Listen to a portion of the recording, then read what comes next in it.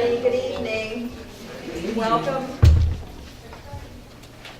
to all our visitors, artists, students, faculty, and the community that came for this very interesting symposium, and of course to see the works upstairs for the last time this weekend. We're going to be closing this fabulous exhibit of masterpieces, and it's been a real thrill to have them here. I'm Carol Davey, and I'm the director of the Frost Art Museum, and it really is a pleasure to see everybody here.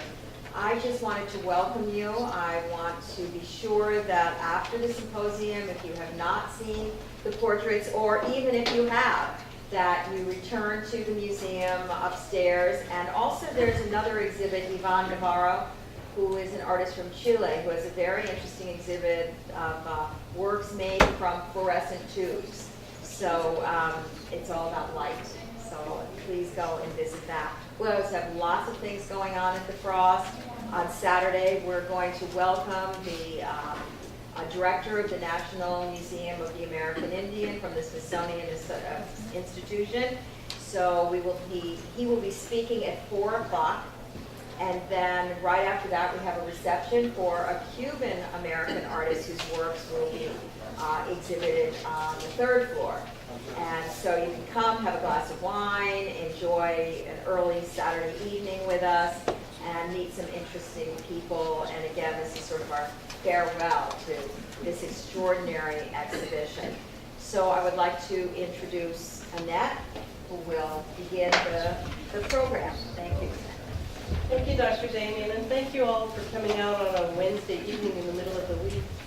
Welcome to the Frost, and the first of several symposia that will be offered here on different themes at the Frost this year.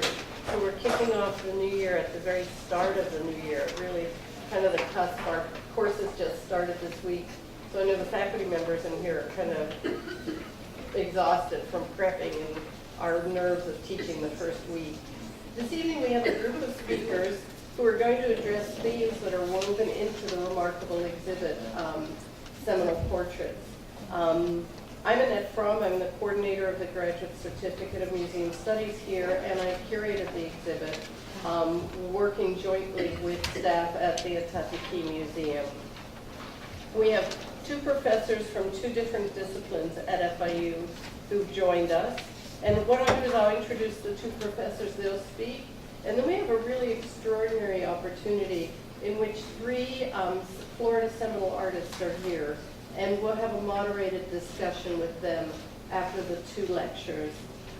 Dennis Weidman is an associate professor in the Department of Global and Sociocultural Studies here at FIU.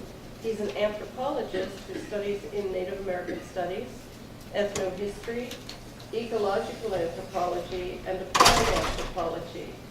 He teaches undergraduate and graduate anthropology courses including Native American ethnology, Native American religions, ethnicity, applied anthropology, and this semester, Native American films at the same time as my class, so I can't go watch movies. He's published widely on these topics. He'll be speaking about the genesis and growth of the fine art movement of Native Americans here in the 20th and 21st centuries, and the place of Seminole artists. Alpesh Patel is also with us. He's an assistant professor of contemporary art and theory in the School of Art and Art History. He brings to the discussion approaches to viewing portraits as they represent the identity of the sitters, as the exhibit is an exhibit of portraits. Much of his work as an art historian has addressed issues of identity in visual arts. He's published and spoken widely on this topic. And as I said, we'll close with a discussion with the 3 artists who've joined us also. So please join me to welcome Dennis Weidman.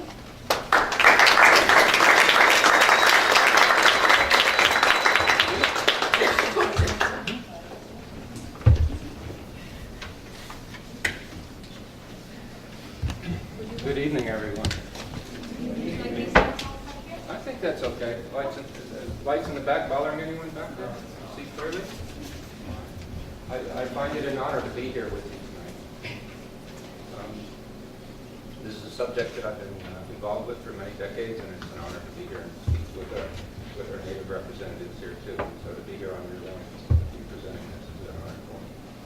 And so I'm going to be speaking on Native American portraits, identity, and visual sovereignty. And Annette asked me to talk on the subject. She said, well, don't necessarily talk about the portraits that are on exhibit, but talk about Native American art portraits and the development of Native American art. So this is a grand view of Native American art.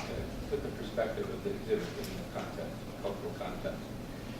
And so my purpose is to illustrate the great time depth and historical continuity of Native art in North America from 4,000 years ago to the present. I'm going to emphasize portraits of Indians by Indians. We're going to show you some drawings, paintings, and sculptures, and highlight notable Native artists and their cultural context. I'll discuss the importance of visual sovereignty in upholding Native American identity. Sovereignty is a major issue among tribal peoples today in empowering them self-governance, control over their own properties and resources and membership. And here I'm going to talk about visual sovereignty in the sense of control of their own production of their own visual media in presenting their own images and stories to the public.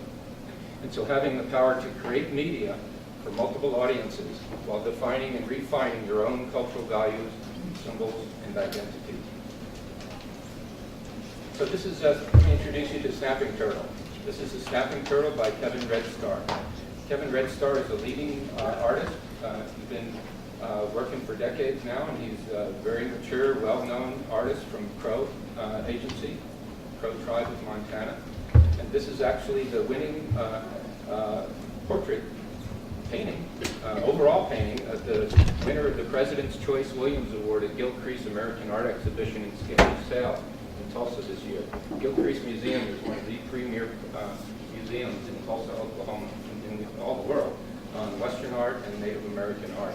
So Kevin Redstar is honored this year being a premier winner. And so I thought I'd show that to you because this is the latest portraiture that's being presented to the public by an indigenous Native artist today. And so let's look at this a little bit more closely. My talk is to identify and to share with you how artists, Native artists produce art empowered with visual sovereignty and what kind of elements. Is that my sound or? If there's anything on there. That's not my sound. It's coming from upstairs. Okay. I'm trying to illustrate to you how Native artists produce art expressing tribal beliefs and symbolism. So here we have a painting, a portrait of Snapping Turtle, and the Plains Indians, notable for horseback hunting buffalo. The Crow are a representative tribe in Montana, representing that group. And so Kevin Redstar produces images that are very tribally specific. And so a Crow, looking at that painting, would identify it in a very specific way. And so there's cultural elements represented. And one would be, there were buffalo hunters years ago. They have buffalo herds today. But the buffalo headdress, buffalo hair, and then the horns, and eagle feathers. And another thing that is very important to the Crow is the sun. For years, decades, thousands of years, they've practiced the ceremony, the dance, the religion, their life, their cosmology based around the sun dance. They are practitioners of the sun dance even today. And so that is a kind of an element, a cultural element that we see in portraits, paintings and sculptures by Native peoples, representing very specific nuances. So if you're a non-Indian and you don't know the cultural context, you see it as an art piece, but it's really interpreting a symbol, a set of beliefs, and also a whole narrative and story about that. It's another form of storytelling. And it produces individual identities in that individuals who are Crow identify with the paintings, and it carries on a cultural message and shares with the children, and so it becomes identified as an identity of the culture of the Crow. Kevin Redstar has been doing this a number of years. His paintings are classic. There's some that portray pure Crow identity. And so this is Sweet Corn Woman, another painting, which is one of his most recent paintings. And I'll talk about her in a moment, but that's a typical Crow. Someone who is our Seminole people here today, looking at that, you most likely will be able to identify it very specifically to Crow, just because of the things she's wearing. The red and black, red and blue broadcloth dress with elk teeth and a beaded belt, very Crow. So Crow Fair, where each year they dance and they celebrate with this Crow identity. So this kind of painting is being represented very specifically for Crow ethnicity. And so Red Star, he's a master artist and visual historian for his native Crow culture. He attended the reservation grade school, where Crow students were denied association with their language, religion, and cultural heritage. Through the process of federal government, U.S. federal government, through schools and missionaries, they started placing, capturing, warfare, extinction of Native peoples. Part of the reservation system was to educate Native peoples.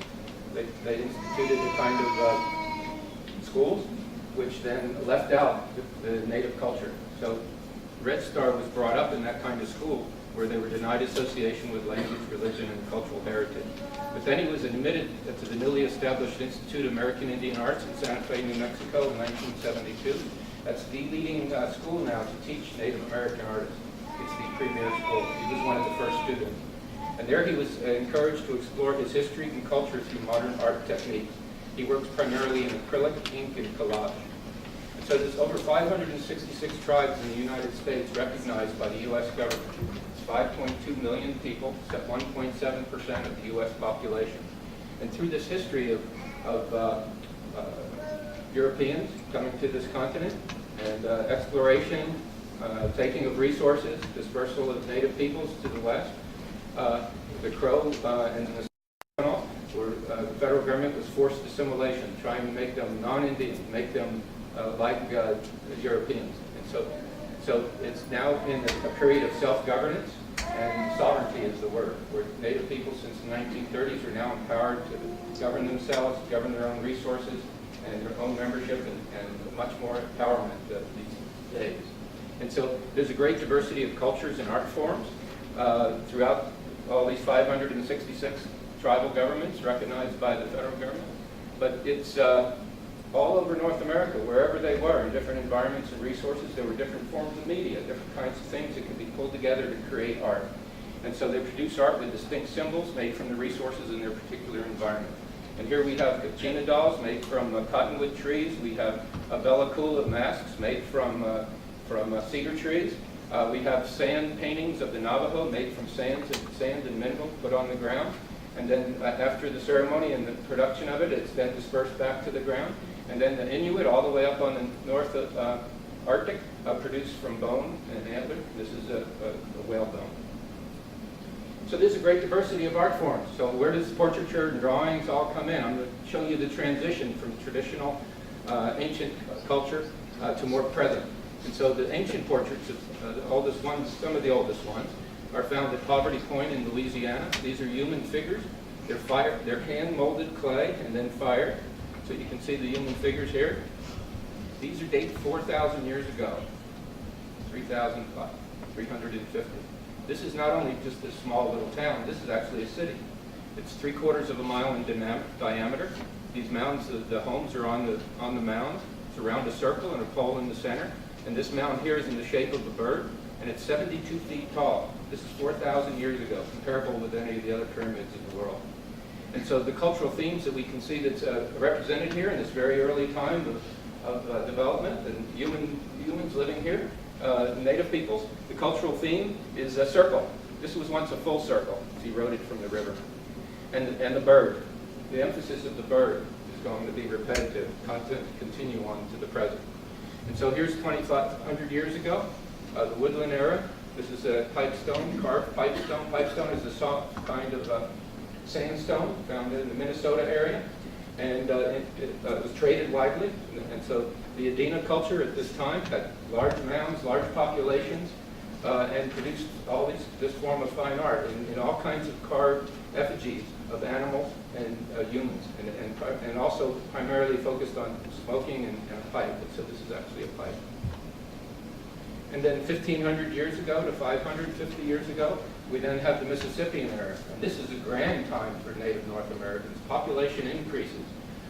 This is the Spiral Mound in eastern Oklahoma, but the largest collection of art for Native Americans for the Mississippian period was found here. Here you can see a carved bauxite, 10 inches tall human figure. And then here's the engraved shells. This is a whelk shell that's collected along the Gulf of Mexico, and this is very big. You know, these, we don't find these anymore. They're little tiny shells. All the big ones have been harvested. But you can see the lines that were drawn on there, and this is all engraved in size on the shell. And so if you look carefully, this is a human figure with an arm and legs and a belt and wing as feathers on the arms, and has a headdress. And then here's a copper sheet with Rupus designs. This is hammered on the reverse side. It's 11 inches tall. Rupus means that they hammered the copper flat, then they hammered on the back side to form the characteristics. So you can see this is a portrait. 1300 AD. Those are brass ear spools. And if we go across, this is the western side of the Mississippian era. This is a grand area, region, all of the southeast, extending all the way up into the Great Lakes. Mississippian period, grand mounds, and this form of art with those kind of characters were actually dispersed. Some of them even coming down into Florida. Crystal River is one of the major sites here in Florida, and it's debatable, but some people even say that it's a Mississippian mound that was down in Key Largo. So you can see that we have this grand region of sharing of ideas and cultural ideas. And so moving to the eastern side of the Mississippian era, over in Okmulgee, Georgia, is Etowah, very near Atlanta.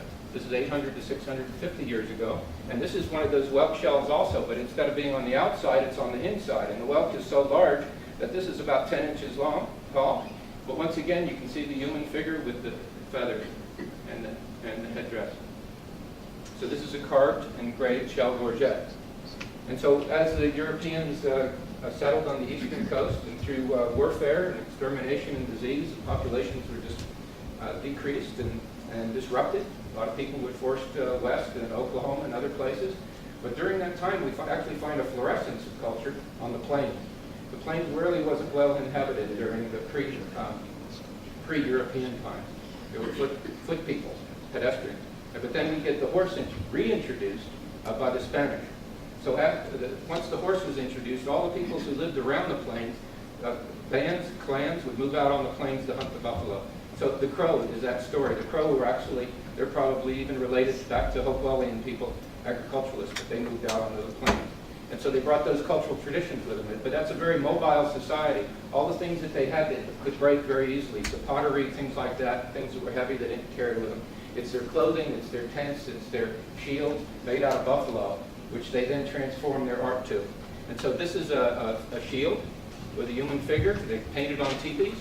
And so what I'm going to talk about here is because of this transition of pictorial art on the plains is so clear and related to this topic of portraits. So I'm going to show you a transition from this Kiowa buffalo painting all the way up into the present now. All right. And so this is a pictorial annual calendar of the Kiowa depicting 1833 to 1892, painted on buffalo hide. This is a communal effort. It wasn't done by any one individual. It was done by a group. And each year they painted another image on there in order to identify what the year was. It was a way for them to remember and to remember their stories and translate back to the current people what things were happening in the past. So every year is represented by a figure related to a story or a narrative. And so once the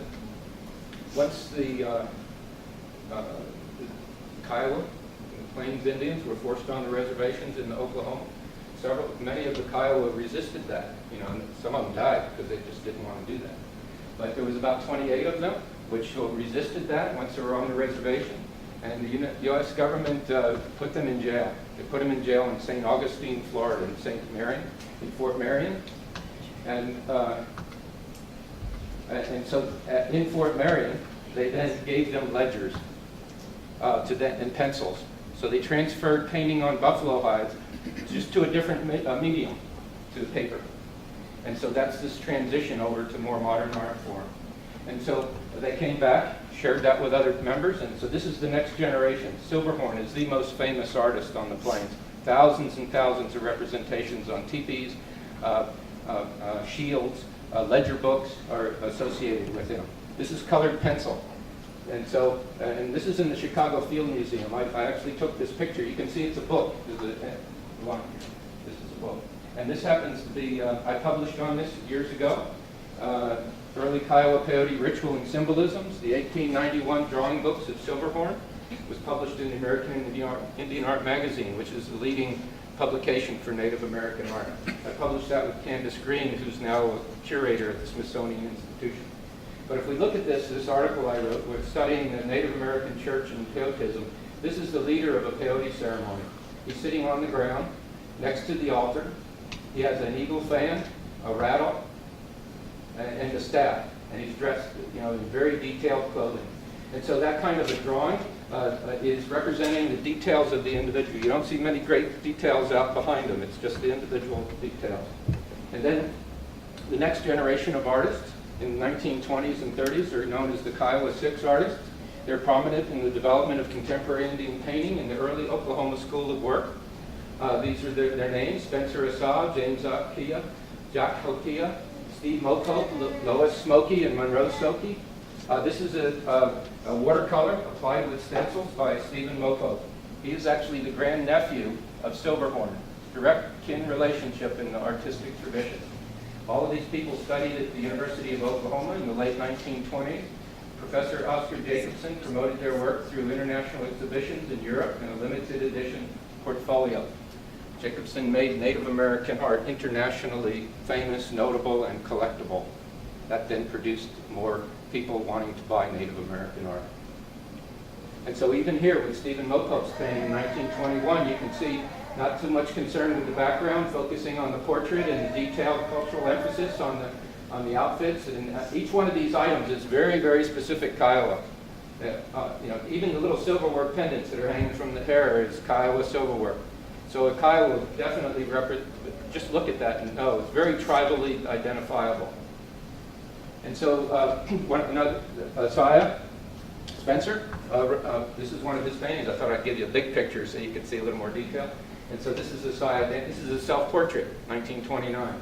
So this is a watercolor applied with stencils. And so you can see that they're focused on activities and stories and portraits of individuals, not necessarily named individuals, but representative individuals. And once again, we have dance. It's a great performance and art form for Native people. The Kiowa, Comanche, and Apache of the Southern Plains are notable for starting the intertribal powwows. And the fancy dance, feather dance, shawl dance, all that we see of contemporary Indian culture for Pan-Indian. If you go to Seminole Tribal Fair, you can see usually representatives there from this. And so you can see once again that the feathers on the arm, there's a bustle in the back, bells. This is intertribal powwow outfit. And so in the 1950s to the 80s, one of the more famous Native artists is Woody Crumbo, Potawatomi from Oklahoma. This is a picture of him in his drawing studio. As a teenager, he attended Chilocco Indian Boarding School in western Oklahoma. And so a boarding school is where they take the children out from their family, from wherever they may be, and put them into school for 9 months out of the year.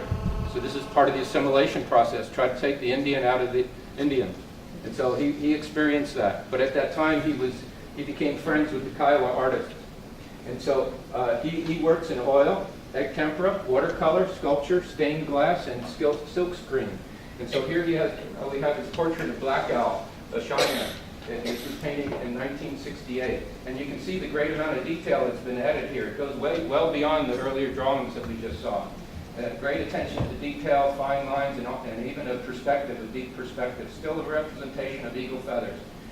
And so Woody Crumbo became a master of silk screening, and he was able to produce multiple copies. So as the technology became available, silk screening, he could mass produce his art, and then he was able to distribute it. In this way, he maintained control of his own art, mass producing it and distributing it. So this is the empowerment I'm talking about, the visual sovereignty, where Native people are then empowered to produce their work and control their work. And this is a bigger picture, once again, just to give you a big idea of Woody Crumbo, his work. This is an eagle dancer, and you can see the great amount of detail and the sense of movement. He's able to capture movement here. And so part of intertribal powwows are fancy dancers, and this is one of them. But an eagle dance is a specific dance where the feathers are along the arms. They portray an eagle. Isn't this reminiscent of the earlier shell gorgets that I was speaking of, and the bird mound back 4,000 years? Continuation of the emphasis of association with birds and nature, plants and animals. And then the 50s to 80s, we have modern art that developed. More contemporary abstract art. So this is Oscar Howe, Dakota. He works in Cassine and tempera paintings. One of his paintings are on display in the exhibit upstairs. A very small portrait of a Seminole man. He's most noted for this kind of art. And so that just, anybody have difficulty understanding what the art is? Let's look at a little detail. Here's his chin, facing up with his nose. Here's his arm. He has a stick and a wand, possibly ribbons on its arm, on the wand. Here's the eagle feathers. Here's the legs and the feet. And so instead of focusing on the detailed cultural details of the art, the beadwork, the leather work, he's actually focusing on the movements and the points at which the dancer is moving around. So it's a sense of portraying that vitality and that movement in this form of dance, the victory dance. And then in the 70s and 90s, we have R.C. Gorman. He's born on the Navajo Reservation in Arizona. He's one of the Southwest's best-known late 20th century artists. His signature works are oil pastel drawings of women. Some call him the Picasso of Indian artists. He's the leading artist in the early 1970s with the emergence of the New Indian art movement. So here you can see his art in pastel, not concerned with cultural detail of clothing, but the actual form, the human form, but it's still a native form with the image of the woman. And here's one of his, another piece. So here he's captured the essence of a woman, but it's still ethnic. It's still related to the Navajo. We got the physical features of a Navajo woman, but this is a very characteristic way of women tying their hair. It's known just for the Navajo, very identifiable Navajo. And this is called Folitude. And so to the present, to bring you up to right to date, this is the winner of the Santa Fe Indian Art Market. Winner, best of classification for paintings, drawings, graphics, and photography. First place in divisional representative painting. This is by Angela Bali. She's from Oglala, Lakota Sioux. And so this is Santa Fe Indian Art Market is the premier place for Native American art each year in August. Thousands of people all over the world come to that. That's the center of the world for Native American art and artists. And she's a grand winner there. So you're looking at the most latest winning portraits produced by Native people today. And so it's Kaisut Yapi, 1862. Kaisut Yapi is translated into those words, remember and don't forget. This is enameled art glass mosaic, little pieces of glass, enameled, heated, and then placed on board. And so look at the expression that she's able to capture in this. This is not only a portrait, but it's a visual statement to the people who see this image. And Kuksaki 1862 is the year in Minnesota in which there was a Lakota uprising. And it's very notable. And the Lakota people are, think back to that time as a time of sorrow. It's a time when 28 Lakota men were hung in public, the largest hanging in public of anywhere in American history. So it's a time of sorrow. And so she's captured it in that portrait. And so maybe it's this close to it or something. That's a cell phone. It's a cell phone. Is that the PA system is picking up cell phones. Okay. That gives me a little breather here to get my breath. So, my presentation to you today, we've seen the cultural continuity of Native portraits in Native America from 4,000 years ago to the present. Native American language, religion, dance, and art was prohibited by the federal government attempting to assimilate them into American culture. In the mid-20th century, with self-governance and the move towards tribal sovereignty, we see a renaissance of Native American art and culture. Native artistic expressions continue to reflect individual, tribal, and individual identities. And through visual sovereignty, the resilience and power to uphold a distinct cultural identity is maintained in the face of cultural domination. Hopefully I got those ideas across to you. Final reflection on Native American portraiture. This is a quote. Paintings remain true to the basic cultural values such as tribe, family, clan, place, and season, regardless of the changing worldviews of the time. And so this is a quote from the exhibit catalog for the exhibit we have here today, Reflections Across Time, Seminole Portraits, curated by Annette Fromm.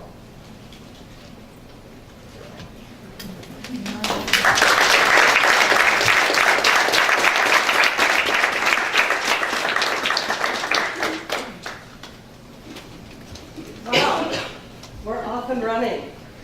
Thank you very much, Dr. Weidman. This has been so informative, and I think when we go to the exhibit afterwards, it'll really fall into place, and we'll recall your comments. We're going to hold questions till the end, if you don't mind. Otherwise, I think we'll be here all night. So I'll invite Dr. Patel now to speak in a very different point of view, but to bring us into art history and portraits and identity.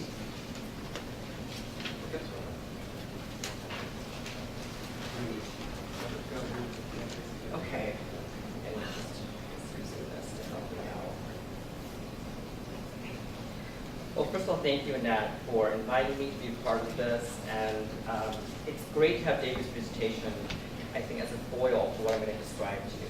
Because it's always sort of embarrassing to say as an art historian, but it's true, that discipline has been incredibly racist, sexist, xenophobic, classist for a very long time. Nonetheless, it has a lot to show us as well. And so what I think will be interesting with what I'm going to show you is how does our history even begin to grapple or to think about what we've just seen.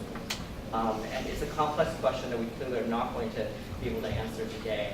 But I think it's interesting in the way that these two presentations are going to be talking almost over each other. So hopefully we can bring this together in our discussion.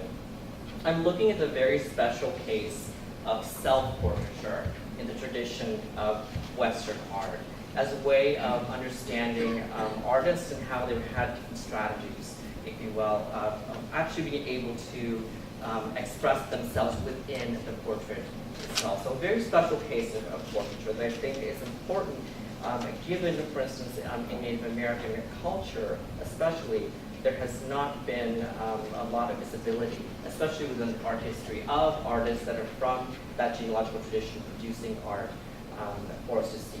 Material that we're seeing today in the net show, and I can't say how rare something like this is. We're in an era, especially in the discipline of art history again, where we're supposedly post-identity.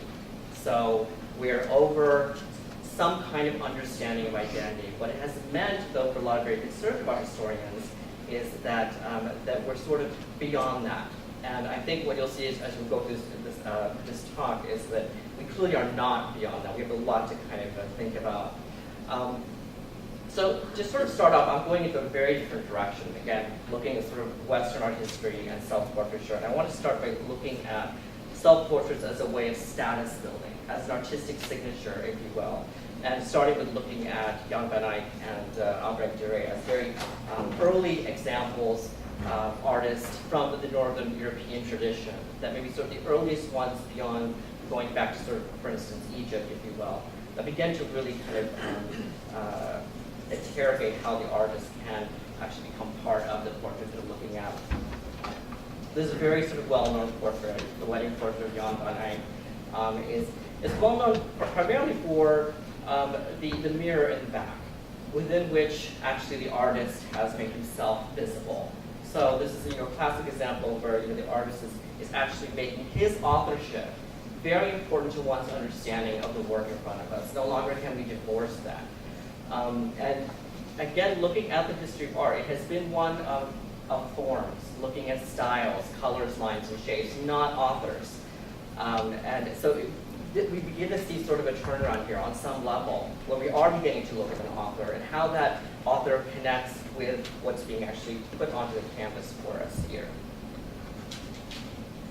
Duray, another artist, again, a well-known artist, known for his woodblock prints, but also has done a number of different self-portraits. And very interesting was in the sense that he begins to push the envelope a bit.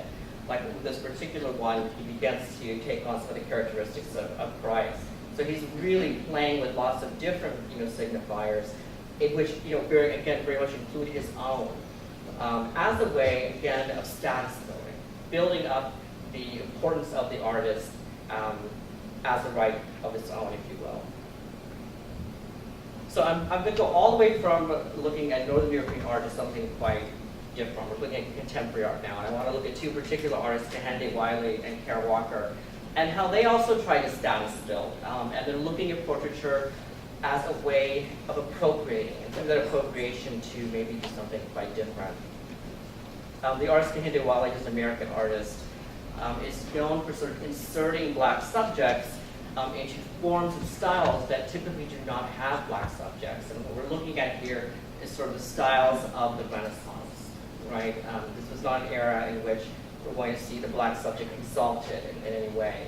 And for Kahinde, he felt very much that he was very tired of seeing sort of the black male subject only being sort of seen as a criminal, for instance. Never being exalted or put in the position, again, of sort of what we saw with Duray, putting himself in the portrait, if you will. So he has a series of these portraits that came out in the early 2000s, and they're so striking for that kind of conflation again. Forms and styles that we maybe see and understand to be from a different time period, but that kind of jut against what's actually in them. This sort of, again, the black subject in sort of everyday clothes. One of his paintings I really love, this painting Go, is one that's actually on the ceiling. And again, going back into our history, with the Renaissance period, we have a number of sort of beautiful sort of ceiling works.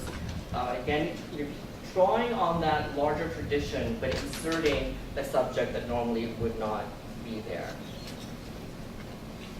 The cameo tradition is one that is quite strong, especially in the United States in the 1800s, and going back even here to Italy in the 1500s and 1600s, the profile being almost most important. Sort of, again, a badge of honor for a lot of upper to middle class white, usually males, but also women on occasion.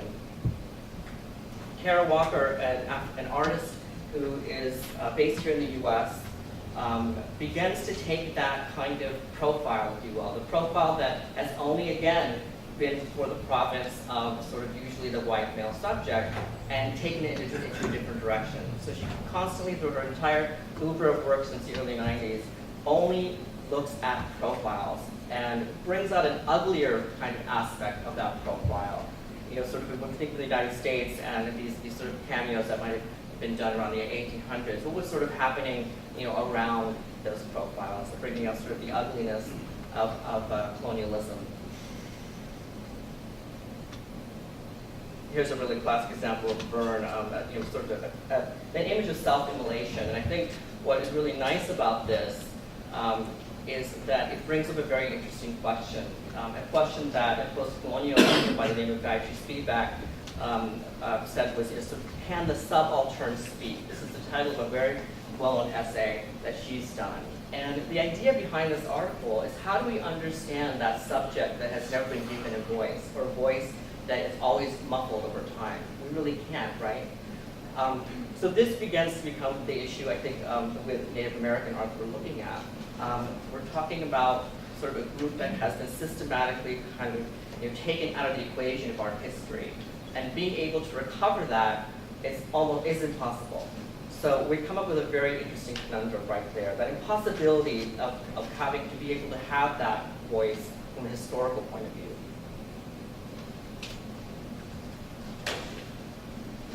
A couple more works of Walker's that are very striking for what they show and don't show. That is, again, they're these profiles, simplistic on some level. The subject matter begins to become much more complex. Thinking about authorships and portraits, what's also very, I think, interesting to point out is Kara Walker is an artist who identifies as an African American. She is married to someone who's identified as white, and that relationship sometimes is used as a way to understand the meaning of the work.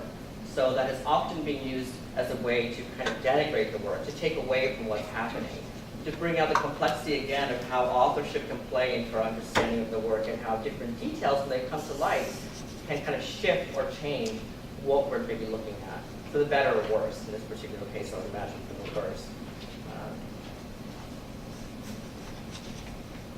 Okay, this idea of self-portrait being one of self-study, one of hyper-realism, and I think that this is maybe what a lot of us think about when we think of portraits, right? Really trying to get the figuration down of an individual.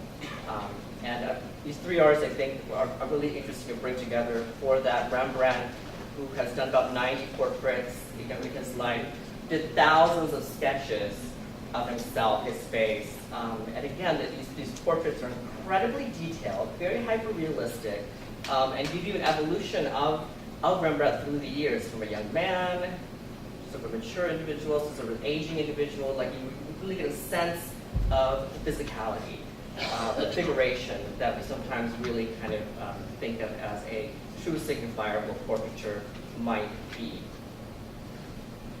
Van Gogh is very well known for this particular self-portrait. Robert Mapplethorpe, a photographer in the 80s, mixing and matching from different eras here, is another artist I think is really interesting in terms of how he uses self-portraiture through photography in interesting ways. This one, taken in 1980, was 8 years before he died of AIDS. These photographs that he takes themselves are very kind of striking. They give us a very strong example of sort of what was happening at that time. The invisibility, maybe in terms of the government actually being responsible about thinking about health and AIDS. And he was making that face visible through his own sort of portraiture here. And what I also like about this particular photograph is his use of the skull there. Anyone that might be familiar with works from like the 1600s, 1700s from Europe is that there would be what's known as a memento mori, which is a reminder of death, a skull that's often put in almost undetectable within works. Here it's not undetectable at all. It's right in front of your face for you. And it's an interesting kind of connection to that sort of earlier motif.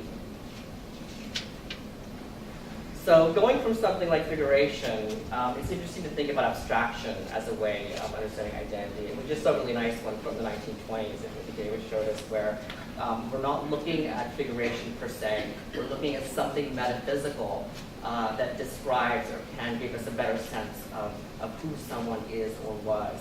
And a couple of examples that I think are easy ones to give definitely are the works of Mark Rothko. Anyone who has seen his work or in a room where his works are, they definitely sort of, emit some kind of, again, metaphysical quality that they kind of, connect on an emotional level for us and maybe give us a different understanding of identity, and Rothko's perhaps identity as someone who, eventually killed himself with suicide.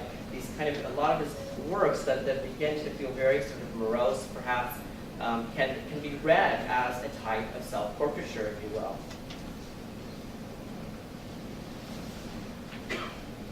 Jackson Pollock is an interesting case actually to use in this theme of abstraction.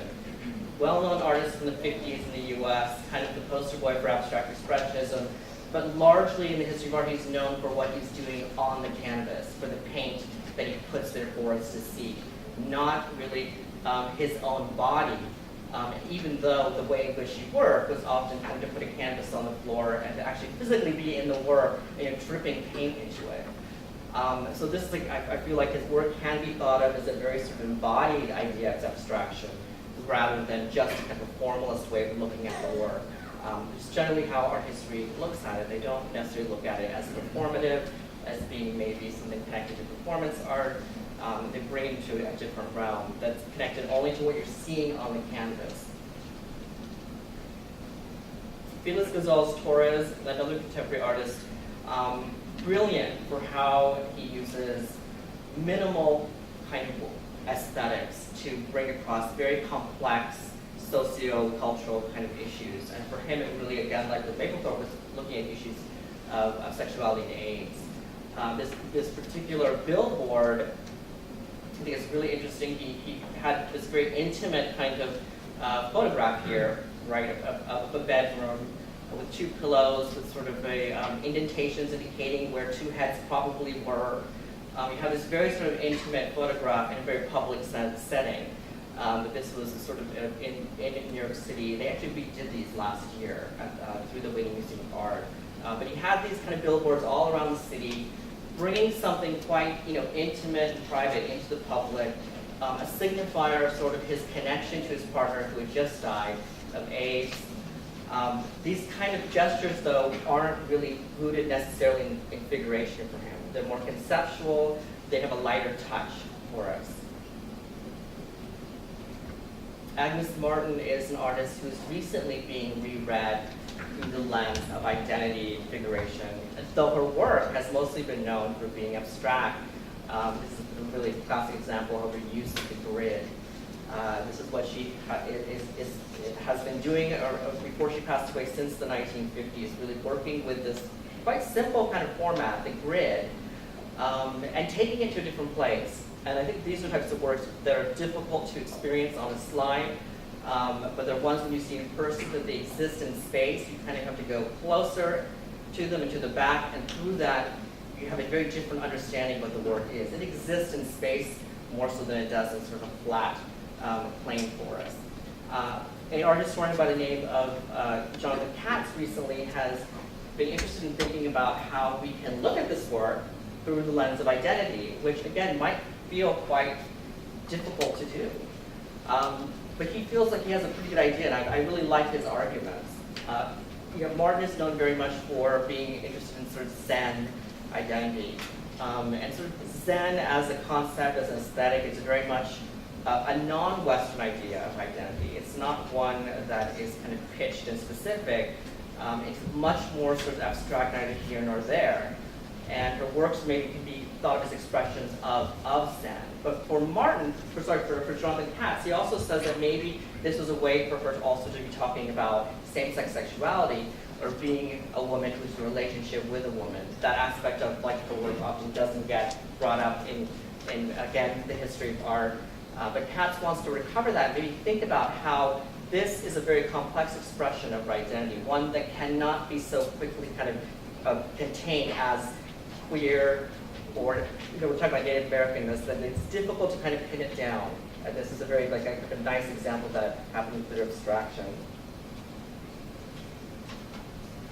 I'll stop after this, but it's just fun kind of really looking at the number of different ways artists in sort of the Western tradition, if you will, have been looking at using portraiture in very complex ways. I'm going to look at a couple of these artists who really kind of rework specifically race and gender through their work. This is a drawing by the artist Adrian Piper, a light-skinned African-American woman who was tired of being misidentified as being white in public. She was never kind of seen as being black.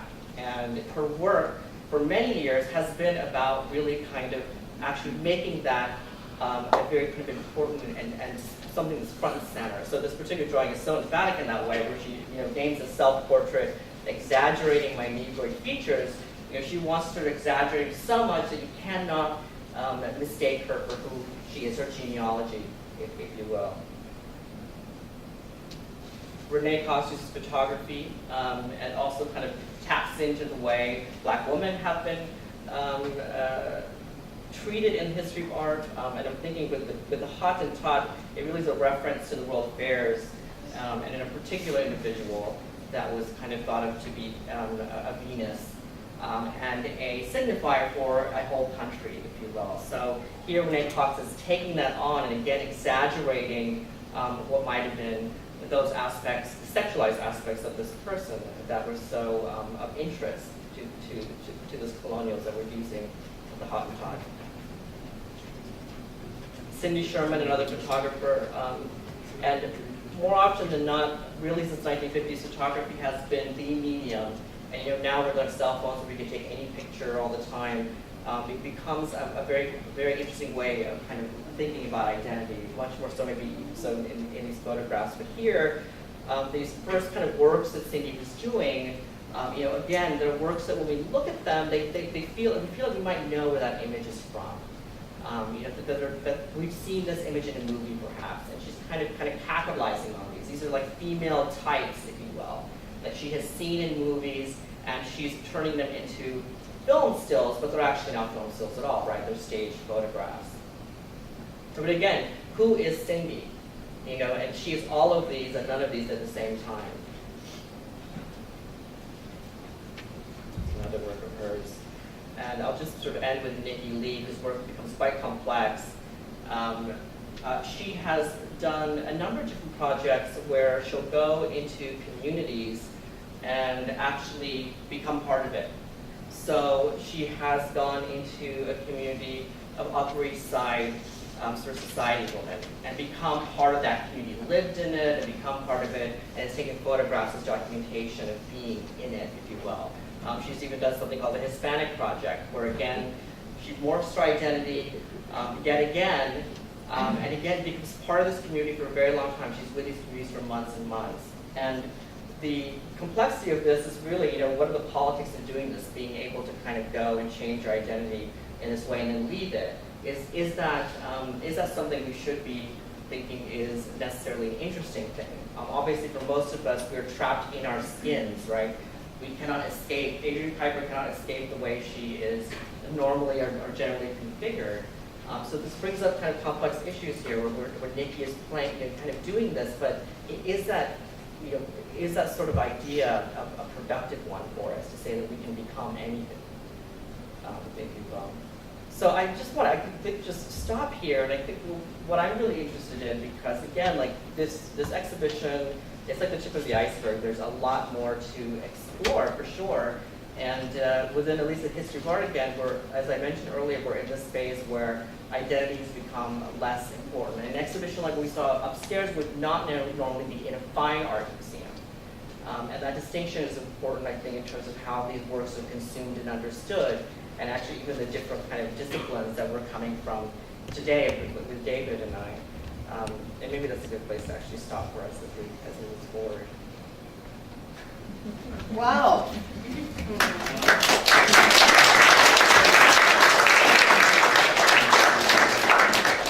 Thank you, Dr. Patel. Another exploration, examination from a different point of view of looking at historically and contemporaneously at identity expressed through portraiture. I'd like to invite our three other guests up to the table and put some lights on the subject. Yay, come on, gentlemen. And have a guided discussion to delve now into our specificity and our local expression of Florida Seminole artists. And we have three speakers. Yeah. Elgin Jumper, who'll be back here in a second, is a member of the Seminole tribe of Florida, as well as a member of the Otter clan. He was born in Fort Lauderdale and raised on the Hollywood Seminole, Florida Indian Reservation in Hollywood, Florida.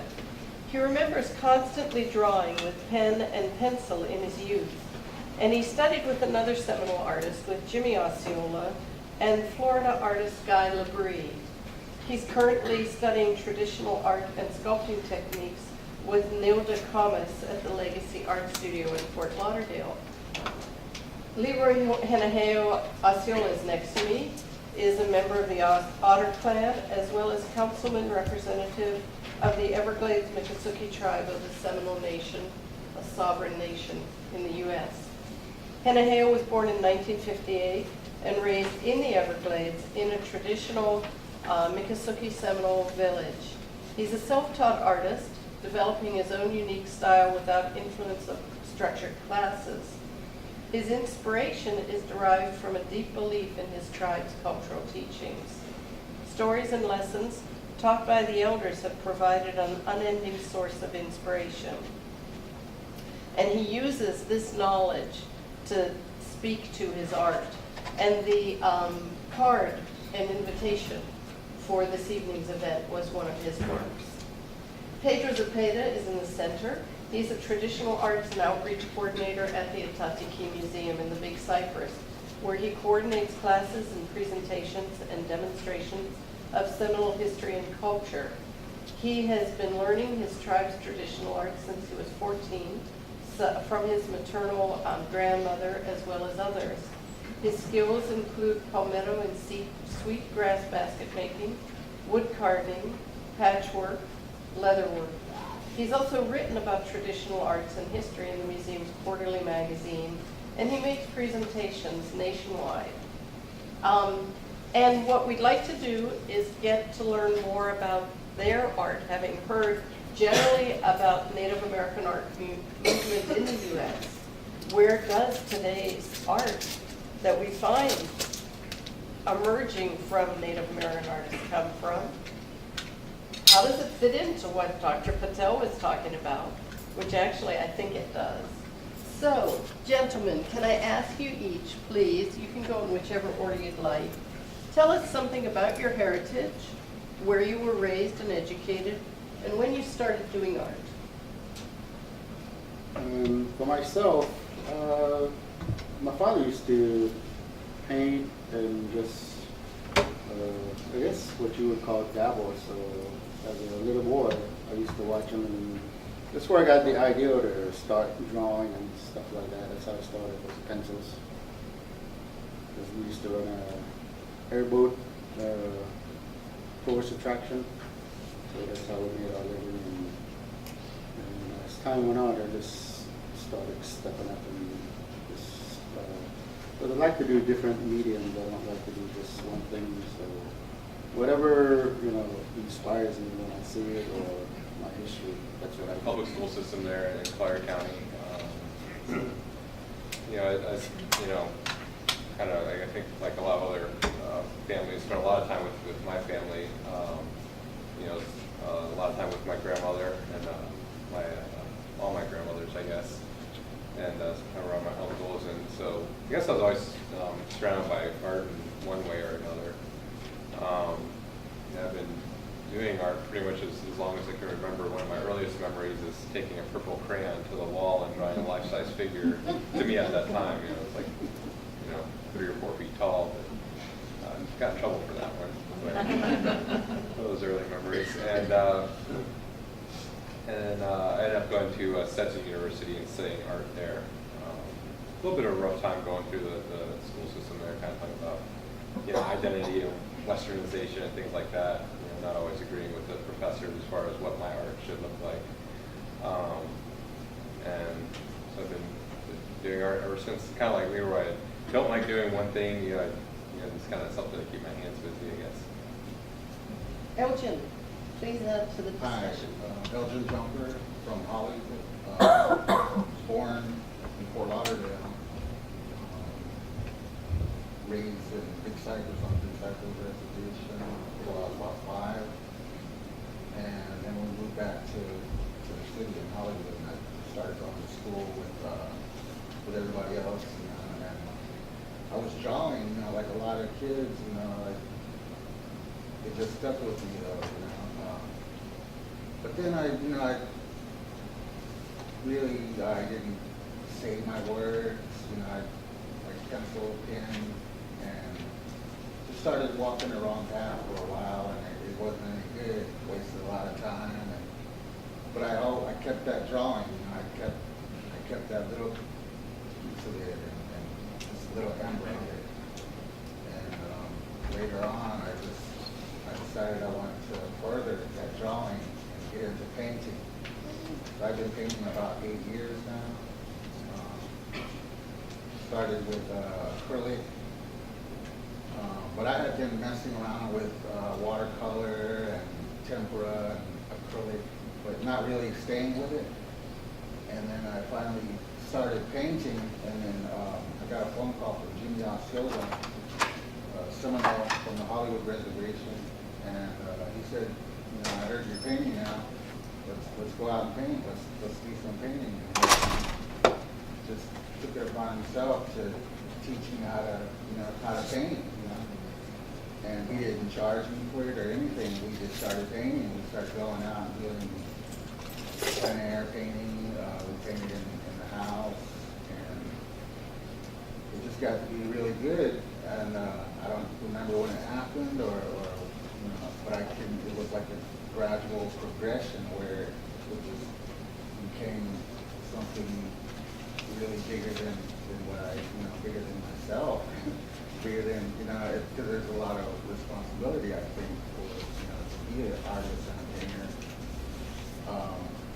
And I try to give back to like Guy Labrie, like Jimmy Osceola, they just, you know, out of the kindness of their heart, taught me how to paint.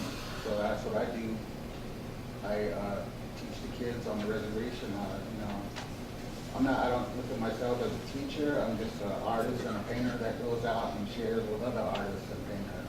And just, it's really, the reward is more than, you know, money or anything like that. It's just being able to create with all of these other artists, these younger artists, and sharing with them what insights I've gotten over these 8 years.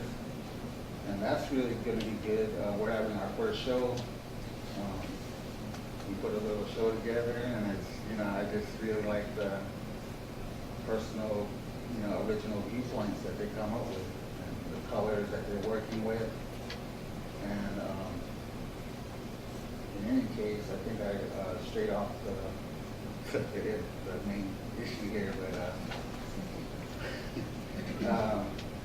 in any case, I kept up that drawing, and then I'm doing mostly oil now. Those are my 4 back there, and but I work in acrylic and watercolor as well. Something here, if I may, can I show these here? Yeah, and actually, as you do that, why don't you talk, and I'll ask the other 2 artists to talk about influences that shape your artwork. We heard Alpesh Patel talk about different contemporary artists and the influences that shape what they choose for their subject matter. So what has influenced you all for what you choose for your subject matter? And you can see the gentlemen have all brought artwork with them. Sure. Yes, my influences have varied over the years. You know, definitely all the traditional arts I do, you know, a lot of the influence came from my grandmother, to be like my step-grandfather, I guess. And, you know, just showing me, you know, all those different things about traditional arts and the knowledge that goes with them. You know, I'll just, you know, mention something about kind of responsibility as an artist. And, you know, I know at least for me, I kind of feel that way, especially about the traditional arts, you know, the kind of responsibility of, you know, showing it to somebody else, not taking it with me, I guess. And, you know, because at least with the traditional arts, I view them as not really belonging to me, and, you know, belongs to the tribe. So it's my responsibility to share what I've learned, at least, with whoever's willing to learn it, which sometimes isn't as easy to find those people as you would think. Yeah, and then then there's the kind of fine art side of myself as well, where, you know, I do, you know, drawing and painting, and ceramic sculpture. And, you know, I still like to have a lot of those traditional themes, but many times I'll do more abstract things with that type of art. Didn't bring the sculpture because one I have right now are like 3 or 4 feet tall and made out of ceramics. They're a little bit hard to transport, especially from the parking garage. So I brought things that were light and easy to carry. So I guess that's kind of what's influenced my artwork.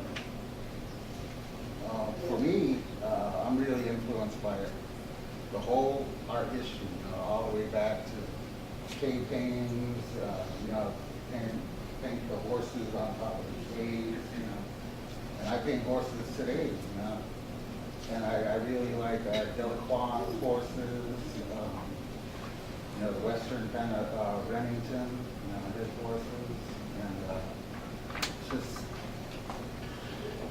to me, it communicates like a freedom, you know, the horses, you know, wild horses. And, all through history, I love wild painting right there was influenced by Vermeer. The lady standing in front of a portrait. That's from a girl reading a letter at an open window. And this, I call this Billy Bowlegs Goes to Washington.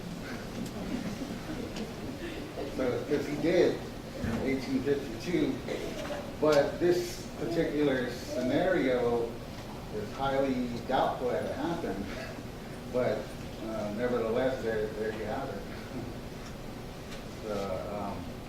It actually came from an old photograph that I seen in the Seminole Tribune, where the lady, she was actually grinding corn and looking down at them.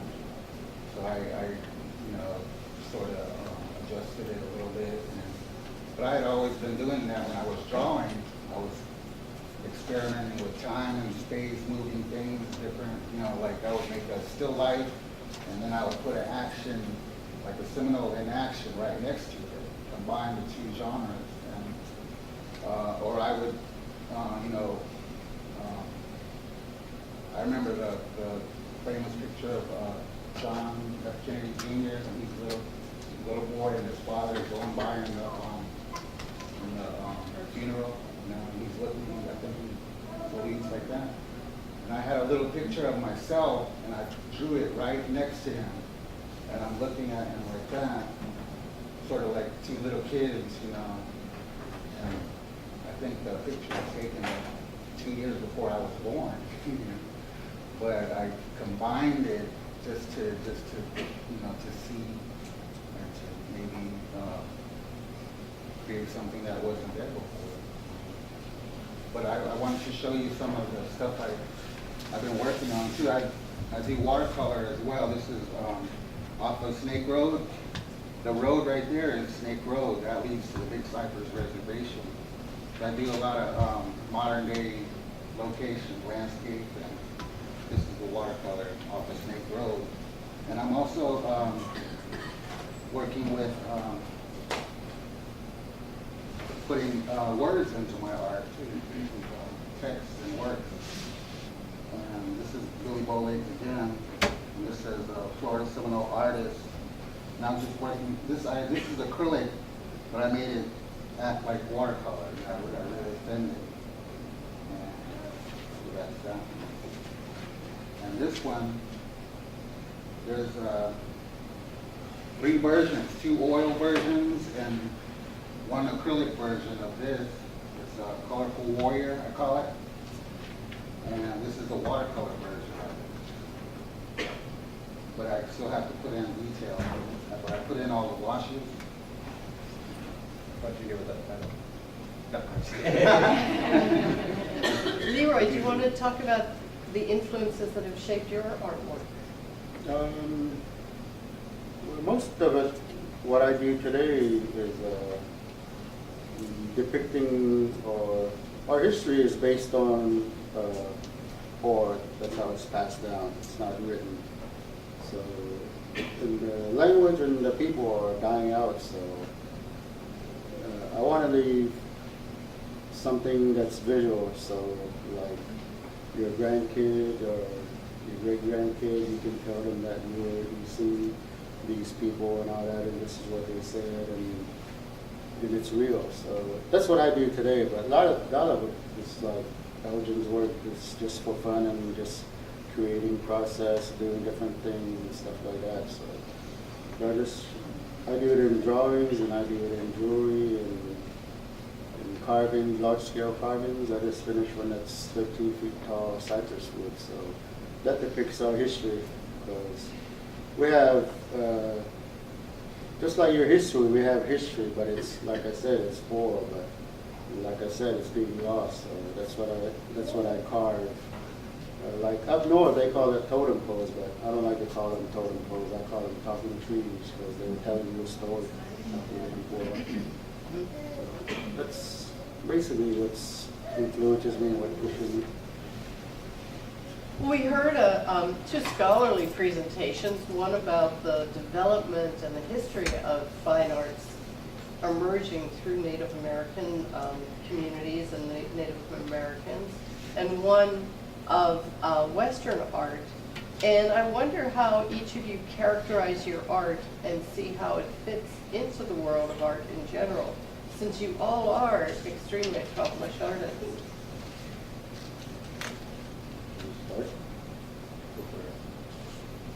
How do you characterize your art and how do you feel it fits into the world of art in general?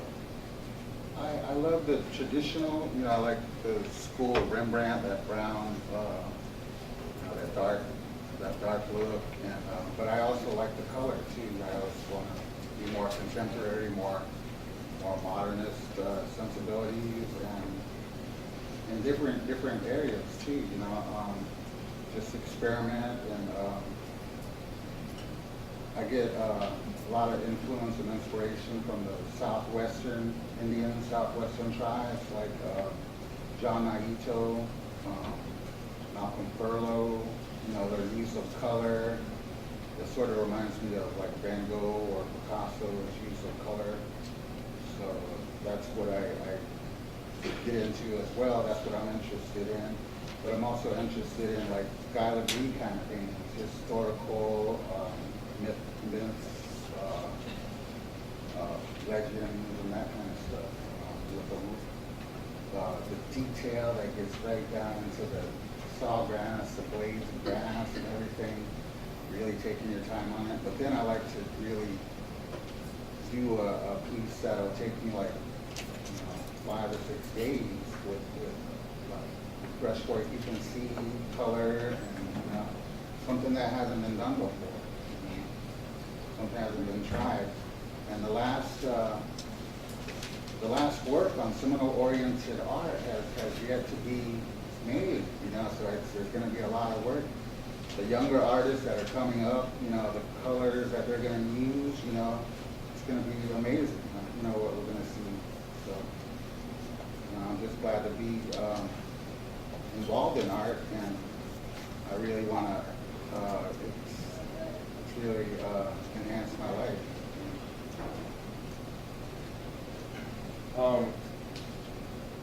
Yeah, I guess we're all kind of an accumulation of our experiences. So, like Elgin was saying, kind of the younger ones are going to have a different experience than me or than my parents or grandparents' generation. So I guess each of our art's going to be kind of slightly different. And me just kind of picking up a pencil or a paintbrush or oils or acrylics kind of makes it in our tradition, contemporary, because that's not something we had.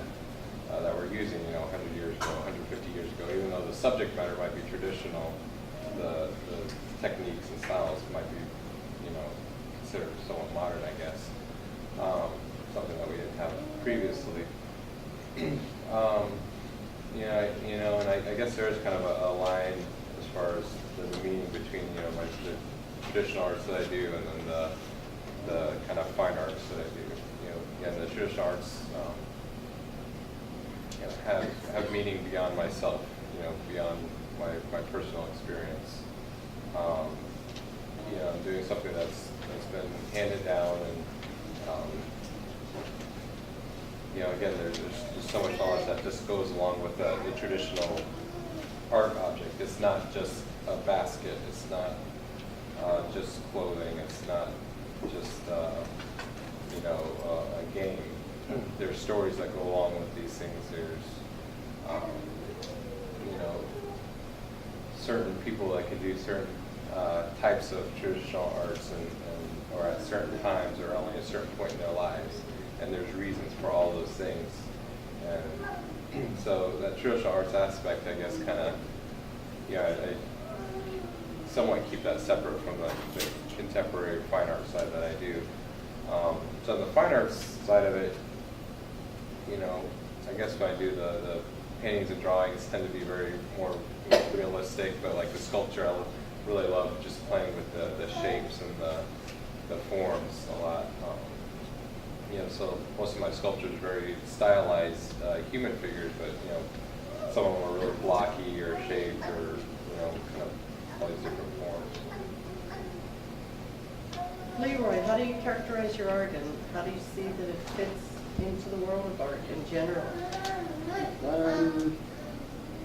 I guess the way I I see it, people see it obviously in different ways, but the way I see it, I like to be looked at as part of historical.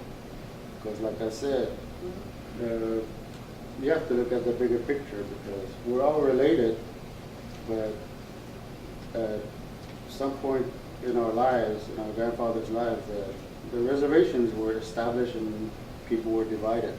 And that breaks the Creator's law when you do that. So I guess I was lucky because my grandparents always stayed off the reservation and remained traditional people. So what I do, it comes from my people. So I like to be looked at that way. It's totally separate from anything else because nobody does the kind of work I do. So that's how I look at it. It's interesting, Elgin, because you were talking about the young people and what's next with Seminole art, but what's next for each of you? And we'll see, you know, we can afterwards look at the works that they brought as well as going upstairs to the gallery. What's next for each of you? Because you each seem to really have very different personalities in your artwork and your approach to art.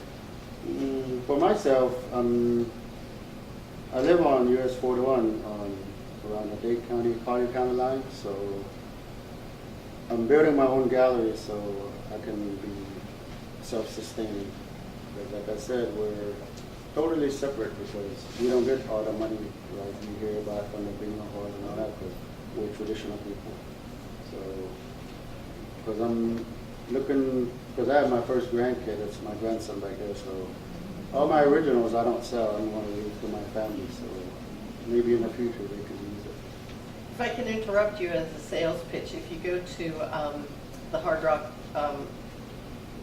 place on 441, cards by Leroy Osceola are there. I was so happy to see them. But they're beautiful, beautiful greeting cards that are works of art. Thank you. Others, what's next? Pedro, would you ever take your basketry and, like the work that we see at the Gilcrease at the Philbrook show at the Santa Fe art markup, as we call it, would we see you doing modern, contemporary forms using traditional techniques? Yeah, it's crossed my mind. Yeah, I kind of always like to say that we are modern by tradition. I think that's kind of what's helped our people survive through the whole period of colonialism and such as adapting to the new situations and seeing things that are more advantageous to us and using in our own way.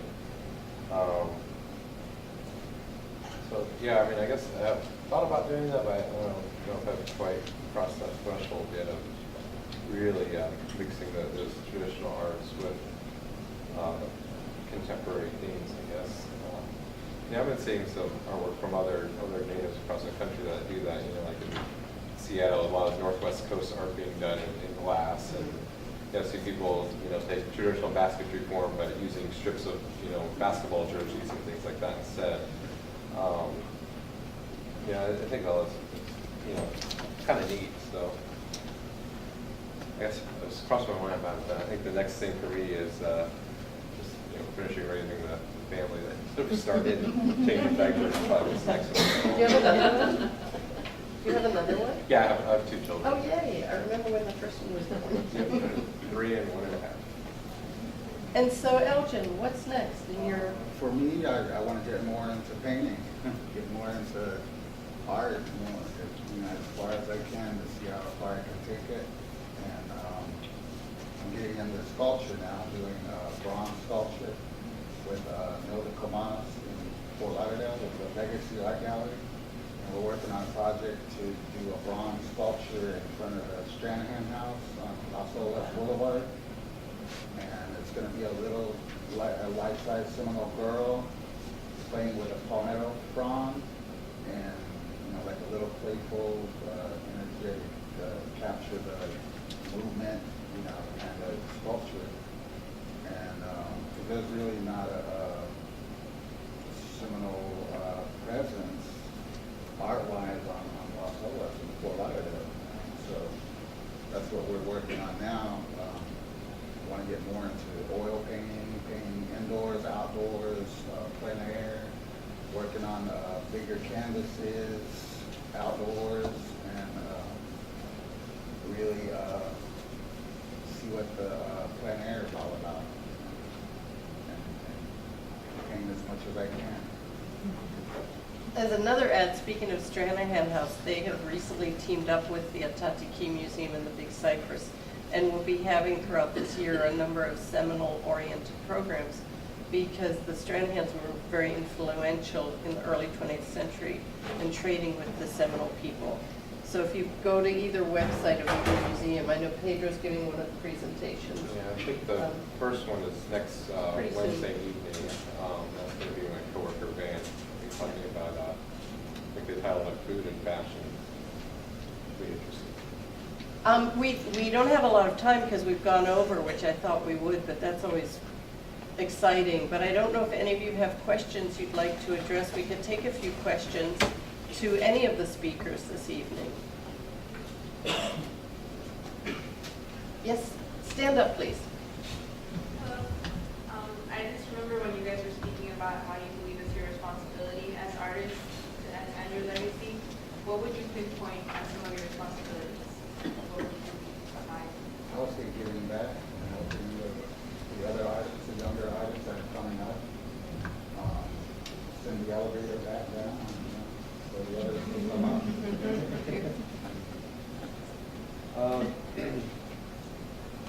Yeah, I guess just, leaving a pathway for others, and, kind of, I mentioned earlier about just the traditional arts, and just making sure all that traditional knowledge is moving on to the next generation.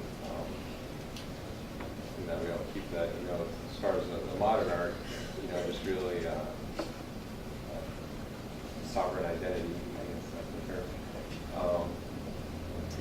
That's a big kind of Native American theme right now, just taking control of our own image, not just being a picture on a postcard, but we're the ones, going to be making the postcard, not somebody else or somebody making money off of our image.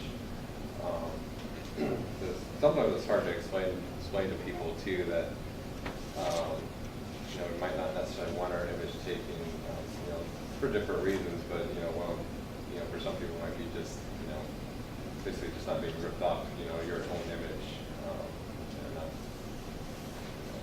kind of like the modern times with Facebook or Instagram and stuff like that, where everyone's kind of experiencing that now, where it's like, is it really my image anymore? Does it belong to somebody else? And so it's something we've been wrestling with since camera was invented. As for me, just proving that we can do art too ourselves in our own way, without masters or anything, but we can do it in our own way.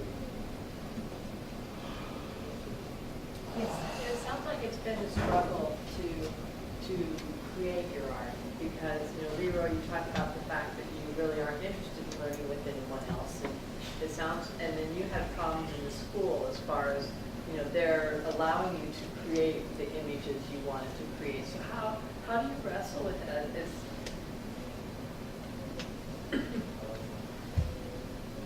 I don't know. I guess a little different with my cousin. She's going for her BFA, but I'm like, I think I'm done with that type of overseeing. It's not to stop anybody from getting that, but just with my personal experience, such a small art staff. There's one painting teacher, one ceramics teacher, and several adjuncts, and we had one permanent art history teacher. So when we have our reviews, it was the whole art faculty staff of like 5 people. But like for one professor, I was too Indian, the other one I wasn't Indian enough. So it's kind of, I played the game just to get out of the schooling, but once I was finished, I did learn a lot of things while I was there. And I found actually a lot of what I learned was from the other students, oftentimes more so than the professors. But that's again, not saying I didn't learn anything from my professors, but a very big portion was just from being around my peers. So it sounds like what you're saying is that they didn't allow you to learn what you wanted to learn. They expected you to learn what they wanted to teach you. Yeah, there's something to be, said about trying to, learn the Western art tradition, and how that led up to where they are today. Because, we might have, Native American background or whatever it may be, we're still a part of that Western society, we're swimming in it. As for myself, there's not really any techniques that I want to learn, so I'm comfortable doing what I do. So, because I work in different mediums anyway. So. And I'm curious because you say you don't sell your original work, and I understand that tradition of passing on to the family. So how do you support yourself, or how do you balance that artistic need to create along with the provision of the family? Well, with me, our way of life is to be, we call them tribesmen. That means that you support your family the way my grandparents did, and like that, by hunting and whatever we can do. So, on the other hand, I sell my artwork to different places, and I do pretty good. So that's how I just get along. And I think after I open my gallery, and I'm going to get a website, so I want to go international. So I think it'll be better. So you do sell, I'm confused then, because I thought you said you don't sell the original pieces. So do you sell like lithographs or? Yeah, these are copies, Okay. reproductions. Well, I think, if you don't mind, I'm going to cut off, sorry Natalie, but the speakers will be here for a little while longer, so you can speak to them individually. It's interesting that Dr. Patel expressed that the Seminole Portraits exhibit is an unusual exhibit perhaps to have in an art museum, because it's art and history expressed through fine art and through 2 centuries of fine art. And one of the points of the exhibit is that we are surrounded by a living, rich culture, and the role of the art museum is to express culture of different time periods, different areas, different peoples. And I think that this evening we've delved into that and seen how right it is for this exhibit to be here, especially because we are in the heart of a traditional landscape, traditional homelands of the Seminole and Miccosukee peoples. We were thrilled to be able to work with the Tatiki Museum, to have cooperation from the Smithsonian, different museums, to bring the exhibit here. I want to thank you all for coming. I'd like to acknowledge the Florida Humanities Council who helped to fund this symposium. And you might have been attacked when you came in the door and asked to do an evaluation on our new iPads. But we also have exit evaluations that we'd like to ask you when you leave. The same crew is out there waiting for you before you get to the cookies.